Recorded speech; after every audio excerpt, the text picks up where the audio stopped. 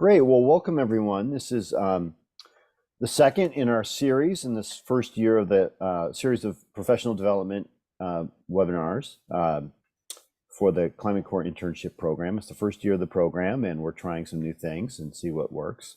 Love your feedback. But one thing we certainly heard and want to make part of the program is that that this is designed to not only introduce you to environmental work, the different agencies, but the professional workplace in general.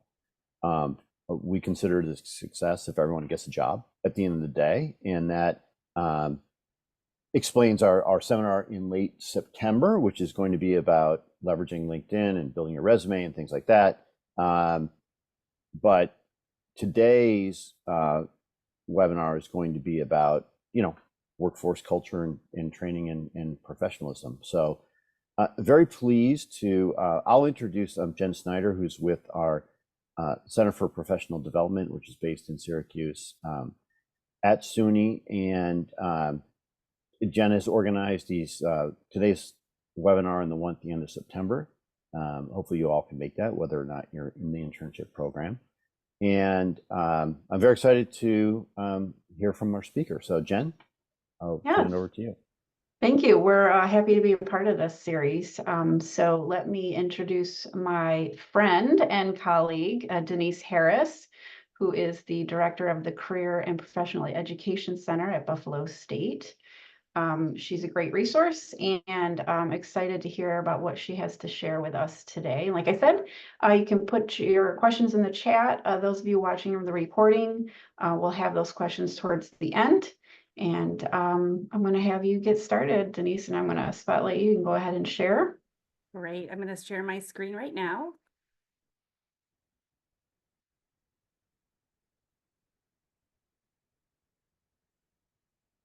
And are we able to see my PowerPoint presentation?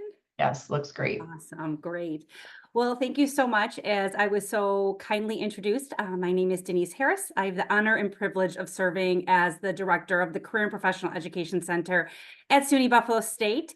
And it's just really awesome to be here today because this is one of my absolute favorite topics to talk about, because I think these are all things that we know, but I also think it's a really great reminder of skills, techniques, and abilities that sometimes, let's just be honest, we forget, we get lazy, we have so many things going on in the world. So I really wanted to kind of focus this presentation on just those key strategies for success. It really is about setting you apart from the other candidates, students, colleagues that aren't going to do these things. So I always try to give a little bit more than what is expected of me. And so this is some of the tips and techniques that we're going to talk about today. And again, just because of the nature of the presentation, I'm going to go through this. And then as Jen Snyder said, we're going to pause. And then at the end, we can, you can take yourself off. You could show your camera and show your face, and we can have a dialogue about any of the topics that we talked about today, or I heard this, or questions or concerns, because we really want to make sure that this is meaningful for you. So these are some of the topics that we're really going to address today as we talk about kind of professionalism. And I like to present this as like professionalism 101. Let's kick it back to those kind of general old school rules and guidelines that, again, we know, we remember, but it's something we have to practice. And so the more we practice it, the more it becomes kind of second nature for our world of work, and really kind of setting ourselves apart and really making a name and really branding yourself as someone that no matter what the circumstance is, you're going to hold yourself in a very high professional regard. So we're going to talk a little bit about NACE. NACE is the National Association of Colleges and Employers, and what they say makes a professional, and kind of these career competencies that they look at and how they are working in today's society with employers, and basically what employers are looking for. Because at the end of the day, we know that college and grad school and all of those things are amazing and we love to learn, but we really want you to be out there in the world of work, contributing to our society and then giving back. And then we're going to break it down to who is and what is a professional, because I think we throw these terms around, and I really want to make sure that there's a shared understanding of that term. And then I like to remember things. I like to make up mnemonic devices. So I always remember the 4 A's of professionalism. And that really helps me as I navigate the world and ensure that I am holding myself to a certain standard. And then, as we mentioned, we'll have time for questions and concerns at the end. So on your screen, you will see the 8 career competencies that NACE has established. So basically what happened was we throw around these terms like, oh, employers want, or they say, and I always like to ask people when they say things like that, well, who is they? Like, who are you referring to? And so the reason why I like NACE and the reason why I like these competencies is because it really does give us this shared language and the shared understanding of what it means to be a professional. So NACE, I'm sorry, that's my dog. So NACE is the National Association of Colleges and Employers. And basically what they have said is, cupcake, thank you. And what they have said basically is that in order to graduate, you want to have kind of a mastery of these 8 career competencies. And they start with career and self-development, communication, critical thinking, equity and inclusion, leadership, professionalism, teamwork, and technology. And so basically, they kind of went through and said, you know, these terms keep coming up.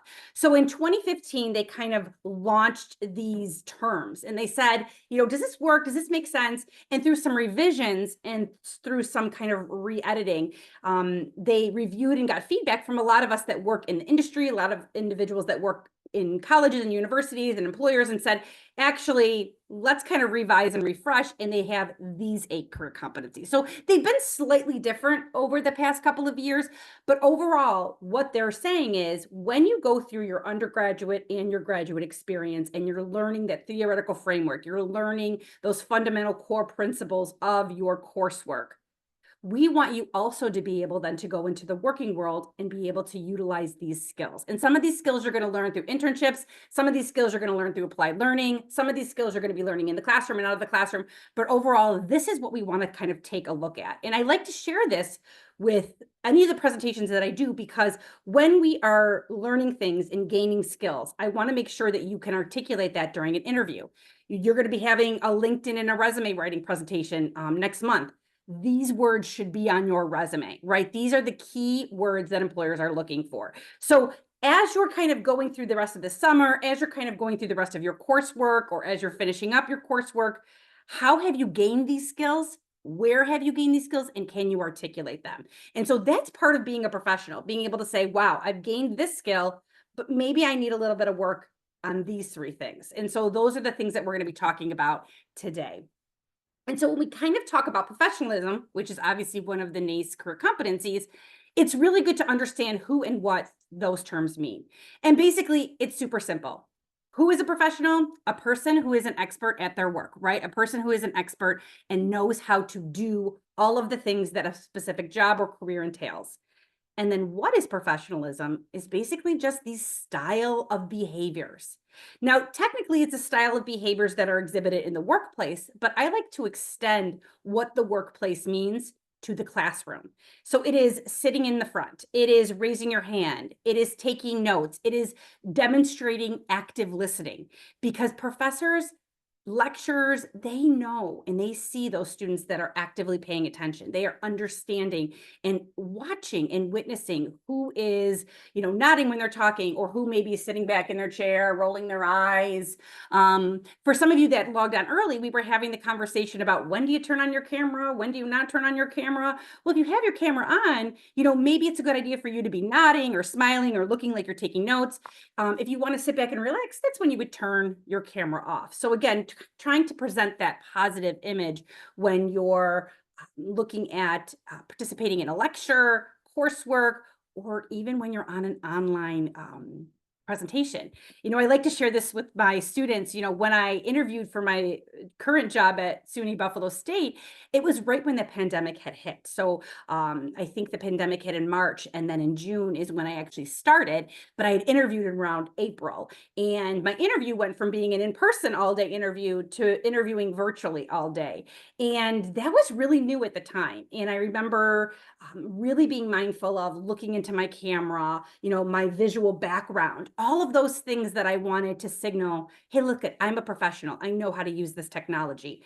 I'm very much aware of this environment, of presenting myself positively through this electronic virtual world that we're kind of working in. So again, who is a professional, an expert, and then what is a professional? And what is professionalism? Really this collective set of behaviors.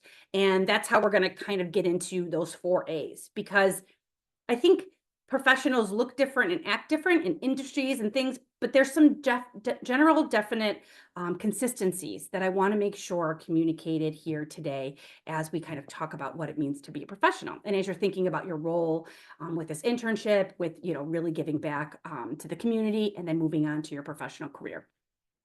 So when I think about the 4 A's of professionalism, I like to break it down into these 4 terms: attitude, awareness, attire, and appreciation.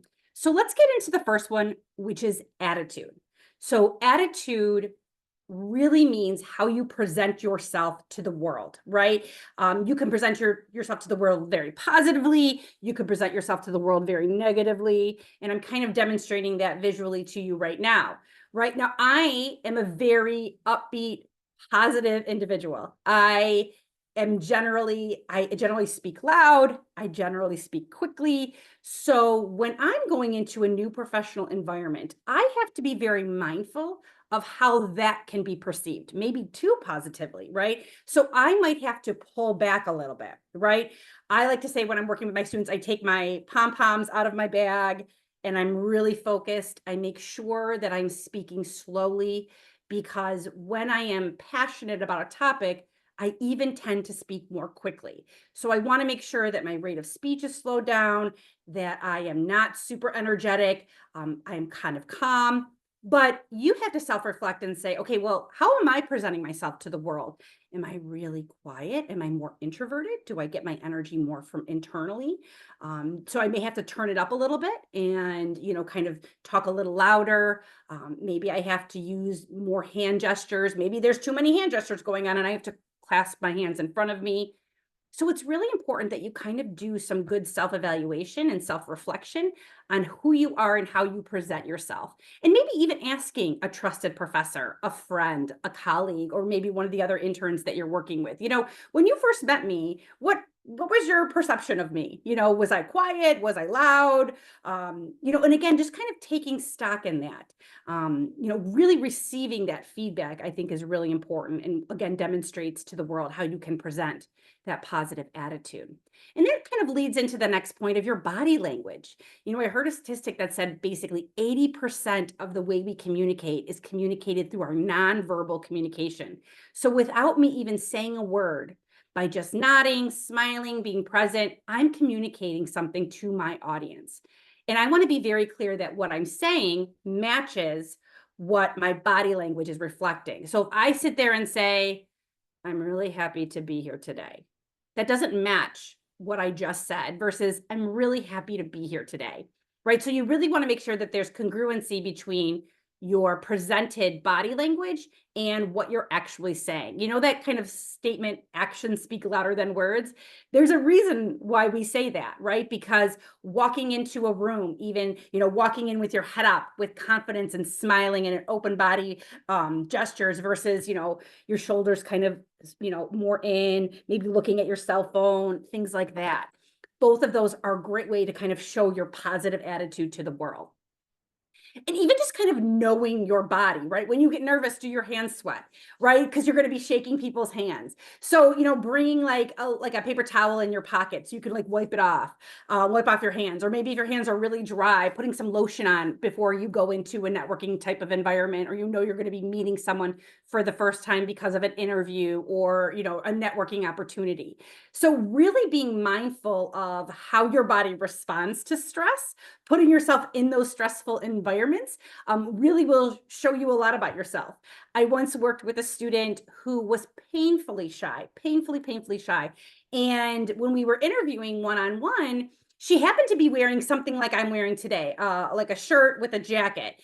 And as I was mock interviewing her, she all of a sudden started to break out in hives because she was so nervous, and she was doing great, saying all the right things, but because her body was reacting like this because of stress, what we encouraged her to do is just wear a mock turtleneck, right? Wear a little turtleneck, wear a scarf, so it's not as visible. So that way her body can respond to stress, but we wouldn't know it. So little things like that, I really encourage you to do a mock interview, maybe with your career services staff, or scheduling one with a safe, trusted friend or a professor or faculty member, so you can see how your body reacts under those kind of not natural circumstances. Interviewing happens all the time, but yet we don't really teach people how to interview. So it's one of those things where it's definitely helpful if you kind of have that practice. And also making eye contact. In the United States, we very much value eye contact, right? Where if you go internationally or to different countries, you want to research that. You want to make sure that you are presenting your most professional self, where looking at someone in the eye may be not perceived as it is in the United States. So here, looking someone right in the eye, looking at them smiling, when we're presenting over Zoom, one of the key ways to do that is to actually look directly in the camera, not over to the side where all you are actually currently on my computer. Well, if I look at to the side, you're not really, it doesn't seem like I'm looking at you. But if I look in the camera, hopefully on the back end, it looks like I'm looking directly at you. But it's kind of weird to look at the camera when you're presenting by yourself at my home. So what I did, or what I do whenever I'm presenting, is I put a little sticky note with a little smiley face next to it. That's a great reminder for me to look at the camera to showcase, again, my positive attitude. And again, when you're thinking about professionalism, I like to think of all those little things that you do that sometimes people don't think about. So showing initiative is probably one of my favorite things that I do, or I did when I was an intern and a grad student. And then what I've done every time I've started a job, I look at all those little jobs that people don't seem to want to do. Staying after and picking up papers, reloading the copy machine, watering the plants, just kind of going that extra mile. Hey, I noticed that you have a presentation tomorrow. Is there any way I could attend as well? Going the extra mile and saying, hey, I noticed this. Can I help with this?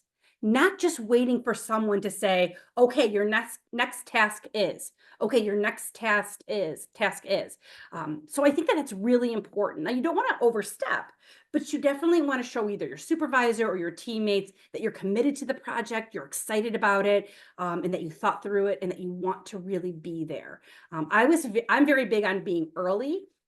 Just because of my life, sometimes I can't always stay late, but I always can be early. I'm early to work, I'm early to meetings, I'm early to turn on my Zoom or my Microsoft Teams, because I just think that those are valuable moments that I can network and be with people that sometimes people just log right in right at the time or show up right at the time, and they miss those opportunities to kind of have those authentic conversations. And then the last thing I like to say about attitude is asking questions. People love to ask and answer questions about themselves, right? So if you are wrapping up your internship, or you're even just starting, or wherever you are, asking some of the people that you work with, how did you learn about this career? What are 2 things you like about working here? Tell me a little bit about your academic experience and then what led you here today. We often think of career development as this very linear line. I went to high school, undergrad, grad school, and then I had my first professional position, and now I'm the president of the company. When in all reality, our careers look so much more like a squiggly, circly line. Sometimes we go back, sometimes we move forward, sometimes we pause. And I love hearing people's stories. And the more you hear about people's stories, the more authentic and interested you seem. And again, it just demonstrates your positive attitude.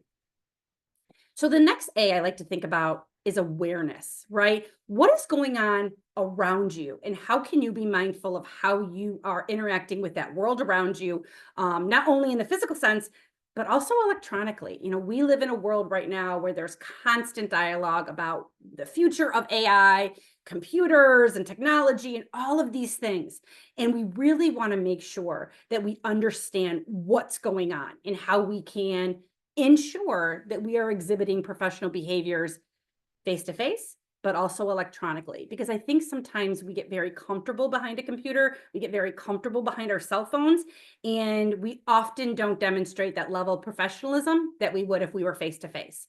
So we're going to kind of be talking through some of these today. What does e-professionalism mean? Well, basically everything that I just talked about with professionalism, only in the electronic platform, right? So what are you posting? What are you liking? Who are you following, right?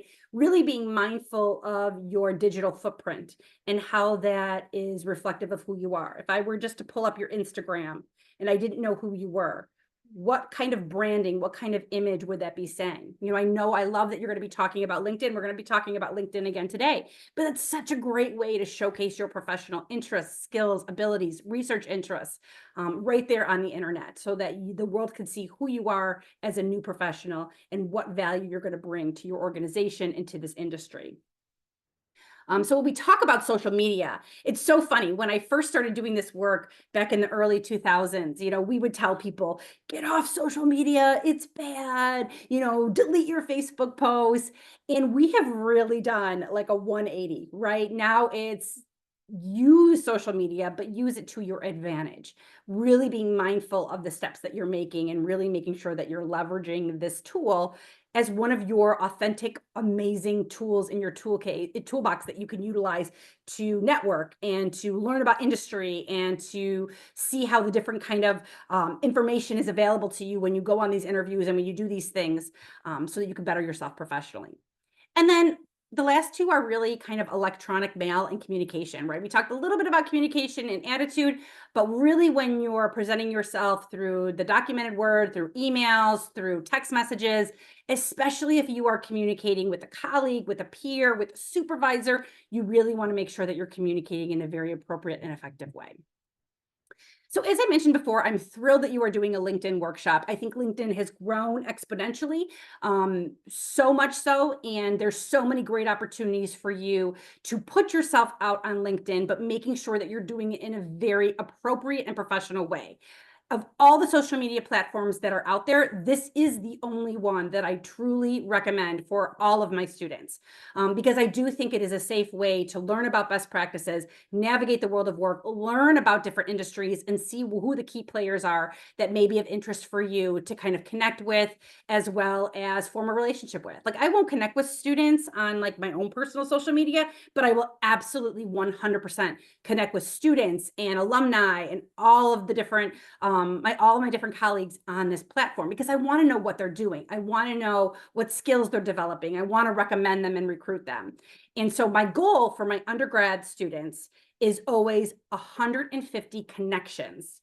It's kind of like friends or, people that you would connect with on other platforms before you graduate. And for my grad students, that bumps up to 200. So 150 connections, undergrad, you want to aim for 200 by the time you graduate with your master's degree, or if you're going on. Now, that may seem like a lot, or it may seem not like a lot, depending on where you are with this platform. But if you think about your professors, if you think about your internship supervisors, the friends that you've made, even in this program, I've heard that there's 36 of you in this program, right? That's 36 connections right there that you can connect with. You can connect with me. You can connect with Jennifer Snyder. You can connect with Carter Strickland. All of these individuals, you can grow and see who you can connect with, and see also who I am connected with. Because it's one thing to connect with me, but then you might say, oh my gosh, I'm applying to grad school at Buff State, or I'm applying for an internship at Buffalo State. And so I'm going to talk to Denise because I want to see what the culture is like of that organization. So I'm going to send you a formalized message, and I'm going to connect with you appropriately on this platform. We could set up a meeting, we can have virtual coffee, and we can be able to form a relationship that way. So there really are some great benefits of LinkedIn in a very professional, appropriate way that I would like you to kind of share that professionalism as you go and navigate that online medium. When we talk about electronic communication, I think it's funny because a lot of times I hear students don't read emails. Well, my response always is they need to. I can't get away with just being like, well, I'm not going to read emails, right? My whole life is emails, right? People in 2024, that is the primary mode of communication, at least at the agency I work at, and pretty much every place I've ever really worked at. Now, there might be an internal dialogue that you utilize, but if you are communicating with external partners, you're communicating with peers, usually it's going to be through email or electronic mail. So you really want to make sure that you are utilizing this approach and this strategy, right? So you've got those people that as soon as they get an email, they will respond right back. Awesome.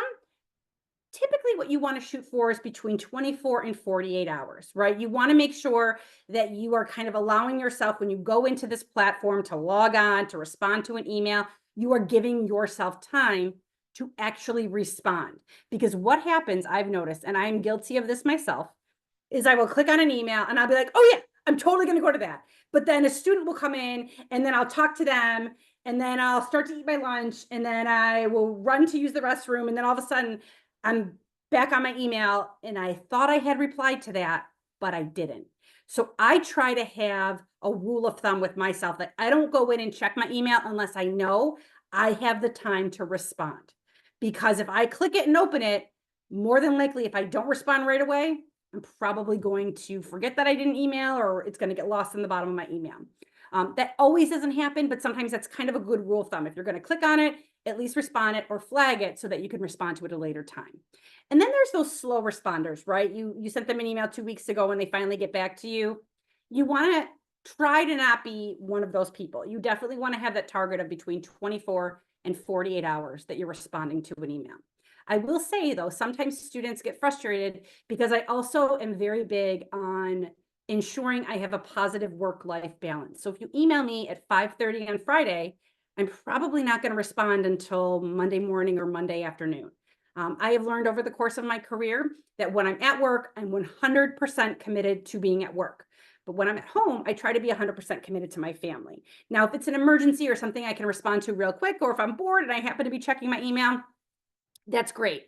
But I've even kind of been very mindful of responding to staff emails over the weekend because I don't want them to think that they have to respond to me. So sometimes I'll even send a delayed response. Like I'll go into my computer and wait and send it off at first thing Monday morning. Now I know I've responded, but the technology will actually not make it hit their inbox until 8:30 the next morning because I'm trying to be a supervisor and I'm trying to lead a team where I value their personal time as well. So that's me trying to be a professional to my team and showcasing to them I value their time and I value. And the culture at Buffalo State in our office is your weekends are for your family. So that's just something to kind of be mindful of. Again, you don't need to respond right away, but you want to try to maintain that 24 to 48 hour rule to really kind of set yourself apart from the rest. And as we're talking about email, I think it's so interesting because email's so often on our phone or we're doing it so quickly. I know I can type very, very fast. My students type very, very fast. Sometimes we will tend to send emails without really putting that professional lens on those emails. So I like to share this little situation and scenario with you all for today. So just look at the email that's on your screen. So basically it is a student who wrote to their supervisor, Denise Harris, who is the director of the Career Center, and basically said, hey, I was sick yesterday, and that is why I didn't come in for my shift. I will be in tomorrow, Susie. So this is a work study student who works in our office and informing me that she is not able to come to her shift. So I just want you to take a moment and I want you to look at this email and hopefully you will see many, many things that could improve this email, right? Now, I know we've all been guilty of sending an email like this, myself included, but I mentally just want you to think about what you would change in this email. And as you're looking at it, I'm hoping that some of the things that come to your head are punctuation. Maybe not the best choice of the use of the word hey. Maybe including your last name. But the biggest thing I want you to remember and the biggest takeaway from this email, it's not even the grammar or the punctuation or things like that. It's the fact that the student emailed the supervisor after the fact, right? I hope you thought about that because sometimes I think we forget, well, I sent an email. I told you I wasn't coming in. Yeah, but you sent an email after you were already supposed to be there. And so what I want you to think about is what could you have done ahead of time to really make sure that you're utilizing those professional skills. And so let's take a look at this email because hopefully you can spot the difference between these two different emails. So first off, you've got the subject line, not feeling well, Monday, July 27th, right? Good morning, Mrs. Harris. Today I woke up with a fever and I'm unable to work my assigned shift from 10 a.m. to 1 p.m. I contacted Sally and she is able to cover my time slot today if needed. Please let me know if you would like to confirm with Sally to work my shift or if this is not necessary. I will email you tomorrow and keep you updated with my health status Have a great rest of your day. Best, Susie student. So the biggest thing and the biggest takeaway I want you to observe from this email is that this student was proactive, right? I reached out, I have my shift covered. Just say the word and it's taken care of, right? To me, that is someone that I would want on my team. That is someone that I would want being able to support and take care of, or someone I would think is a professional. They also included the fact that they are mindful that they may or may not be in tomorrow, but they will let me know. They included a greeting and a salutation. They included their first and last name. So again, all of these things really do set themselves apart from the, hey, I'm not feeling well. Hey, I'm not going to come into work today. So again, little things like that. Now, the time that it takes to send an email like this versus the time it takes to send the previous email, night and day, right? But again, it is those things that are going to set you apart. Wow, this is the student that now when she comes back and asks me, hey, Denise, my supervisor at my work study for a letter of reference, I can literally write a glowing letter of reference, not only because she's a wonderful worker in my office, but because of her mindfulness, because of her attention to detail, thoughtfulness, and overall professionalism. And that's what is so, so, so important. I think sometimes we get so caught up with skills in the sense that, I'm going to teach you how to do this computer program, or I'm going to teach you how to plan this program. But it's these soft skills, believe it or not, that will set you apart and make you that valuable employee, teammate, colleague that individuals want to work with. So as we're talking about sending these emails, practice this, right? Again, like I said, I know we know this. I know this, but sometimes it's so quick to kind of just shoot off an email from my phone. I even have found every once in a while, I get an email back from someone that says, please excuse any typos as this message may come from my phone. And I was like, wow, you're just giving yourself an excuse to not run a spell check. You're giving yourself an excuse to not make sure you have proper punctuation. And again, I'm not the grammar police, trust me, but it's one of those things where I think it just says a little bit more if we take the time to send a really nice, well-written email, even if you are text messaging someone like a coach or a trainer, a staff, a faculty member, an employer. I'm going to be running a few minutes late. There's a backup on the 190, right? Sorry, I apologize for any inconvenience. This is Denise, right? Again, it doesn't have to be very formal, but it does have to be professional in nature and tone. And the more information and the more that you do these things and practice these things, the more natural they will come. And I think as students, either an undergrad or a grad student, or even in your first job, you could practice these right now. So I like to tell my students when they're applying for on-campus jobs or even part-time jobs, when they're writing an appeal, right? Let's say, you got an A- and you're really writing an appeal to get an A, or, maybe there was another issue and you need to kind of defend an action or something. How you write that can really send a message to the student conduct board, to the faculty member, to the employer. It really does send a very positive message. Submitting a scholarship essay, think about the essays that you wrote either on the Common App or, to get into undergrad or grad school. How many times did you look over that essay, right? Because you wanted to make sure that this is what they were evaluating you on, and this is that professional tone that you wanted to hit. And then finally, the third A, I would say, would be one of those things that I want you to start thinking about now, because it definitely varies with industry and places of employment, work study job, part-time jobs, full-time jobs, and even the specific industries that you're going to go into. I will say one of my very first professional jobs, I worked at Hofstra University, and it was right after I came out of grad school. So I was like 23 years old. I was super young. And I had the dean of students come up to me at the time and said, you know what, Denise, I see a lot of potential in you, but I think you need to spend a little bit more time on your professional wardrobe. And I was mortified because I thought I looked nice, right? Everyone in my office wore khaki pants and a polo, right? Because we worked in student activities and that's just what you did. And she was like, you're young, you look like a student. I want you to set yourself apart. And so what I did, rather than get defensive or just be like, I can't believe you said that, what I did was I said, wow, she sees something in me and she wants me to kind of set myself apart. So it didn't happen overnight because investing in a professional wardrobe takes time. it takes money, it takes energy. And I just didn't have those things, right? So what I did was I put $5 a week. When my birthday or a holiday came up, I would ask for, a professional bag. I would ask for a professional portfolio. I started to save for a really nice pair of dress pants and a suit. And I started to build my wardrobe piecemeal.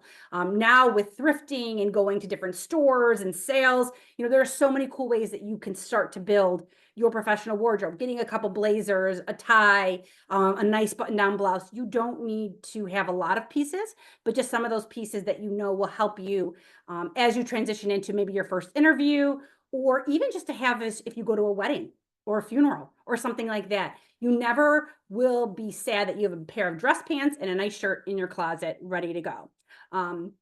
So that's just something that kind of has stuck with me and resonated with me throughout the course of my professional career. And if you wear a uniform, if you're a job where you are wearing a specific shirt or uniform for your job, make sure that it is pressed and ready to go.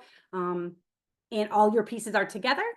I'd like to have my students even understand when you go into a business or a company, what is the culture of that organization? They may say to you, we only wear professional attire here versus casual attire. Well, professional attire is a suit every day, right? Where business casual or casual attire might be more of that polo sweater, a dress. You might be able to get away with just a blazer and a pair of khakis, but you really want to not only watch what people are wearing, refer to handbooks. There are sometimes even rules that you can't wear open-toed shoes for safety, or just because that's the uniform or the professional dress or policy in the handbook. And then formal attire, right? What does that look like if you go to an event and they say formal attire or black tie attire, right? Really making sure that you're aware of that. Oh, does that mean it's a tuxedo? Does that mean it's a formal gown? So really being able to kind of have that understanding, or just ask the host or ask someone that is a safe, trusted friend. I have students call me all the time. One of my students got invited to an event and he said to me, Denise, the event says country club casual, and I have no idea what that means. And I was like, oh, okay, let me tell you what that means. That means like a little sundress for if you wanted to wear a dress, and it could mean khaki pants and a little polo or a polo shirt. So either of those options, that's kind of what that means. So asking a trusted person, relying on your career services, we can help you definitely, because it's really uncomfortable to stand out when you don't wear the appropriate attire. You don't feel good, and it's really good to stand out in a positive way. I always like to even tell my students when they have a phone interview to dress up. We just act differently when we have professional clothing on than when we're sitting here in our, leggings or our jammies with our slippers on. I'm obviously working from home today and I'm still dressed up because, again, I didn't want to be in my jammies while I'm presenting a presentation on professionalism. It helps me feel good, and I think that it definitely demonstrates my level of professionalism and commitment to this presentation. And as we think about attire, it's just kind of good to know, like, just some general tips, right? Like basics, classics, right? You don't need to invest in different colors and styles. You want to stick classic and timeless, gray, black, navy blue. You can't go wrong with any of those colors, any of those type of staple pieces, right? And also with the world the way it is right now, and so many of our friends and our peers have allergies or just are sensitive to smells. We don't need a lot of cologne or perfume. You just need to be freshly washed, bathed, clearly, all of that kind of good stuff. You don't need to kind of set yourself, because again, you don't know if that's going to interact with someone's allergies or just make an uncomfortable environment. Modesty is always great. I think that sometimes it's really hard to find clothes that really just kind of fit your body nicely. So you might have to get it tailored. But again, if we know now that we can start to invest in these pieces, I'm only 5'2". And so every time I buy a pair of pants, I will have to get it hemmed. It just doesn't fit me the way it would fit someone that's, let's say, 5'7" or 5'5", right? So it's just something that I have to be mindful of. Also, right now, I'm in Western New York. I live in Buffalo. And so I always have to be mindful of the weather. In fact, sometimes I'm leaving Buff State and I'm driving to where I live in the South Towns, and it will be 3 or 4 seasons that I pass on my way home from work. It'll be snowing in Buffalo. It'll be sunny in the South Towns. And so I'm always mindful of that. I have an umbrella. I have an extra pair of shoes. I might have, a shoe shiner, because if I go into an office, I don't want to have, because in Buffalo, we have a lot of salt and it gets on our shoes and it turns it white and flaky. We want to make sure that that's eliminated and really dressing our best. And believe it or not, I always carry a bag full of necessities. I don't like being hungry. So I always have a granola bar with me, mints. I have an extra pair of socks because I hate wet feet. I always have some Tylenol or ibuprofen in case I get a headache, a little water bottle for myself, little things that I know no matter what, I will be comfortable. If I'm stuck in the office or if I'm asked to do a project or if I'm running late and miss lunch, I know I'm taken care of. And these are just, again, little tips that will kind of help and set you apart from other individuals.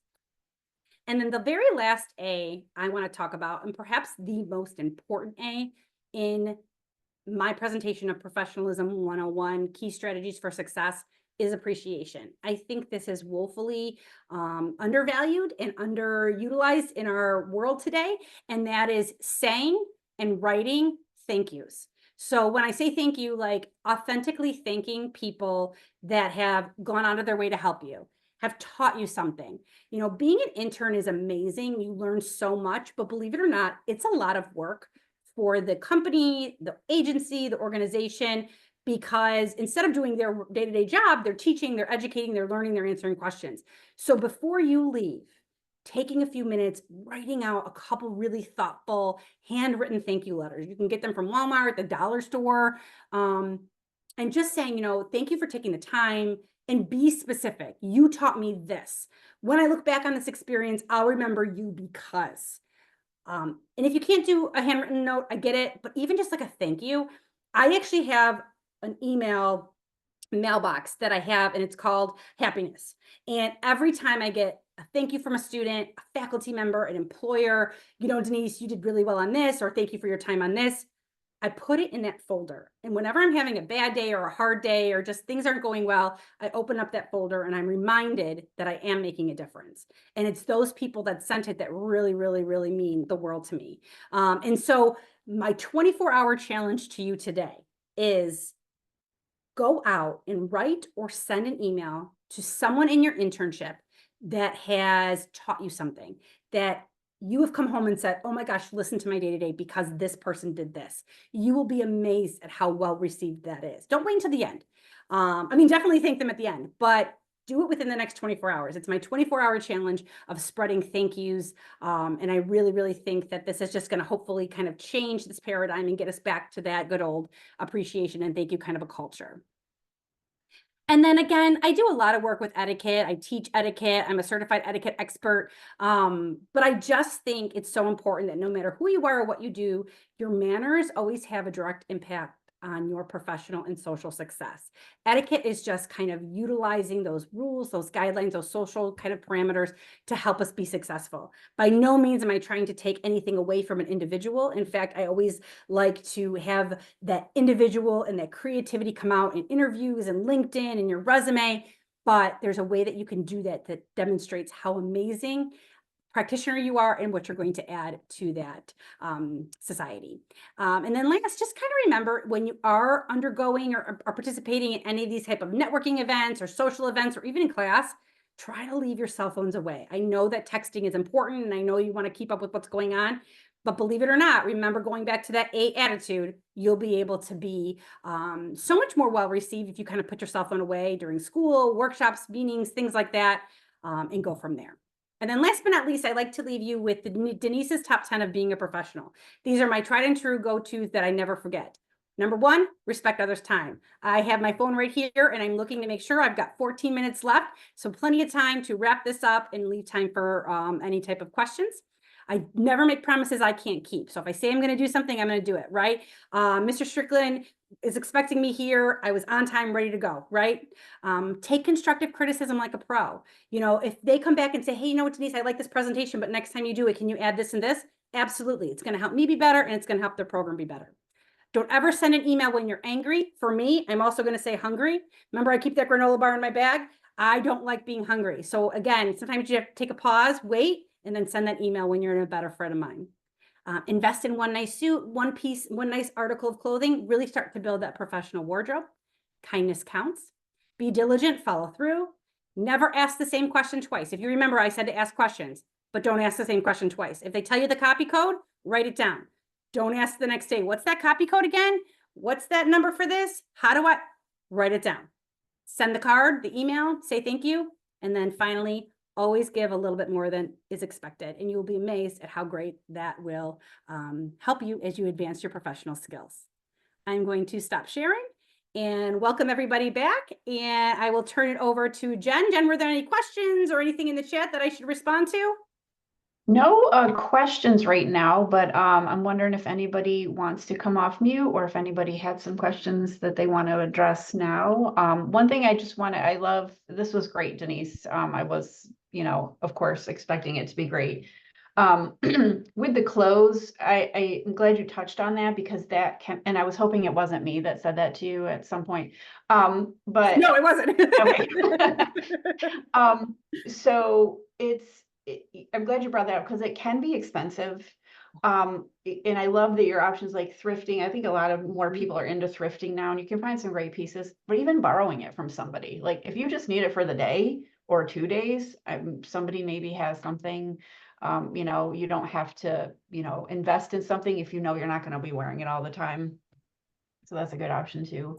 But Jen, I'll just say, Yeah. pause you there. And one of the great sustainability initiatives that a few schools have is basically a student-run thrift store. Yeah. And I know I went to the Buffalo, of course, is big, University at Buffalo, and they had like suits that still had the tags on them from the store, like, original suits. So that's a great option. And look, if one doesn't exist at your school, you might think about, creating one because it's not only does it good for the earth, but also can, it really speaks to social equity and giving folks who might not be able to afford a suit until they get a job, a chance to borrow one to get a job. Absolutely. We also partner with Dress for Success Buffalo, and I know that those organizations exist across Western New York and New York State. And yeah, a lot of colleges have career closets or closets because of the whole focus on it is expensive, and that's why even just putting a little bit of money away a week if you can, or when those holidays or those special events come up, it's a nice thing to ask for because it's not fun. No one wants a Padfolio instead of, something fun, but a Starbucks gift card. But trust me, you'll be so happy that you have these kind of items, a really nice bag. I always make fun of our students because, Buff State has a huge education program, right? And they'll come in with their Vera Bradleys and their water bottles and their bags and their other bags. And I'm like, ladies, one bag. And they're like, no, I'm like, you have to invest in one nice bag. And it's, it's just, again, just starting to build those professional pieces, because once you get the job, you can bring in all of that other fun stuff, but you really need to kind of invest in those nice pieces. Does anybody have, oh, great. Carter would like to ask a question. I don't want to preclude a student, so I'll hold off if anybody has a burning question. Okay, so I'll fire it up and get it going. Denise, I'm wondering what you think. I always try in a meeting. Maybe you could speak to active listening. Because I think that's a critical skill, and showing it is important. And it's one reason why I never let a meeting go by without speaking at least once, and without really trying. Maybe that's a question. Maybe it's a statement. I think it's important. It's kind of equivalent to when you're in the work world, it's equivalent to taking notes and showing interest in a class.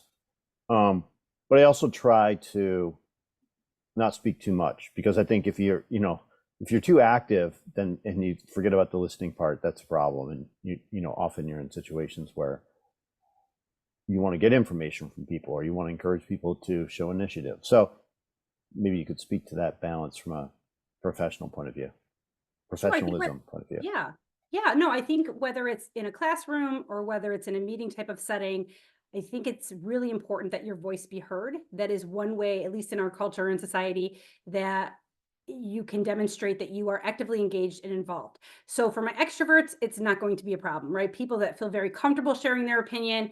Usually for my extroverts, what I'll say to them is I give them the 3 post-it rule. So I'll have them actually put 3 post-its in front of them.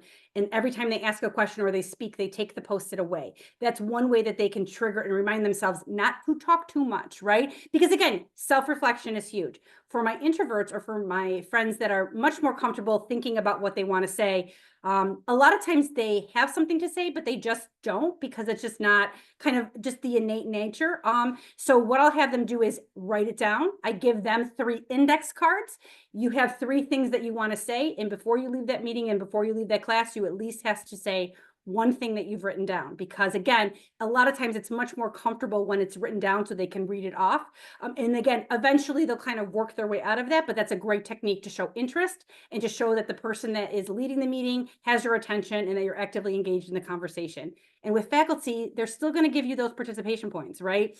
And you have to make sure that you're demonstrating those skill sets, even if it's a little bit uncomfortable for you. So it's a great way to practice in the classroom so that when you get into the work world and have those meetings, you're comfortable. And those are some strategies that I employ with my students.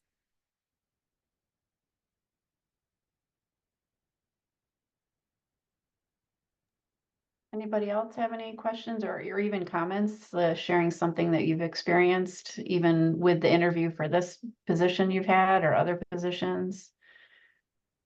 Kind of putting people on the spot. You don't want to share. Yeah, no worries. Interviewing, I love interviewing. Interviewing is like, we could do a whole nother workshop on that, and just like being able to navigate that whole process is just so, there's so much power in the role of the interviewee. And so really kind of owning that power and having confidence in your skill set, relying on those NACE competencies, having those stories are great ways. And again, everything that you're learning at the internship, like I have like a little notebook right here that I take notes on. And those are the things that I reflect on as I'm, contributing to meetings and things like that. So just don't forget those things, especially as you next month, when you're learning about resume writing, all of that's going to be on that. All of these learning opportunities, goals that you set for yourself and achieved, all good stuff will be documented.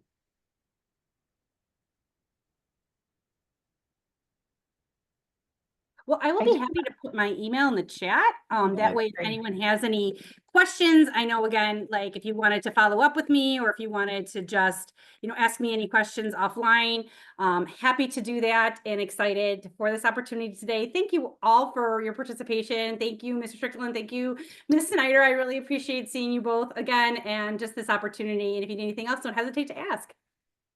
I do want to plug really quickly. I know I'm sure that you'll relate to this, Denise. I feel like the career services opportunities on campus are underutilized. And so even as alumni, you can go back to your home campus and say, can you help me with this? And they'll give you those resources. So please, please, please make sure that you're going to them and using their services, because they're obviously great resources and have a lot of great information for you to utilize, not only jobs and internships and all that, but these kinds of skill building things and other resources that can help you out as you move along. Yes, thank you. I did not pay Jen to say that. I think our office is, I think us and the library are 2 very much underutilized offices on college campuses. And I think that they're both amazing. I think we're nice, we're kind, we really authentically want to help you. And a lot of times it's just getting the student to the door or getting the student to email us. And then all of a sudden, once they realize that we're here to help and just be a part of the process, applying for a job is hard.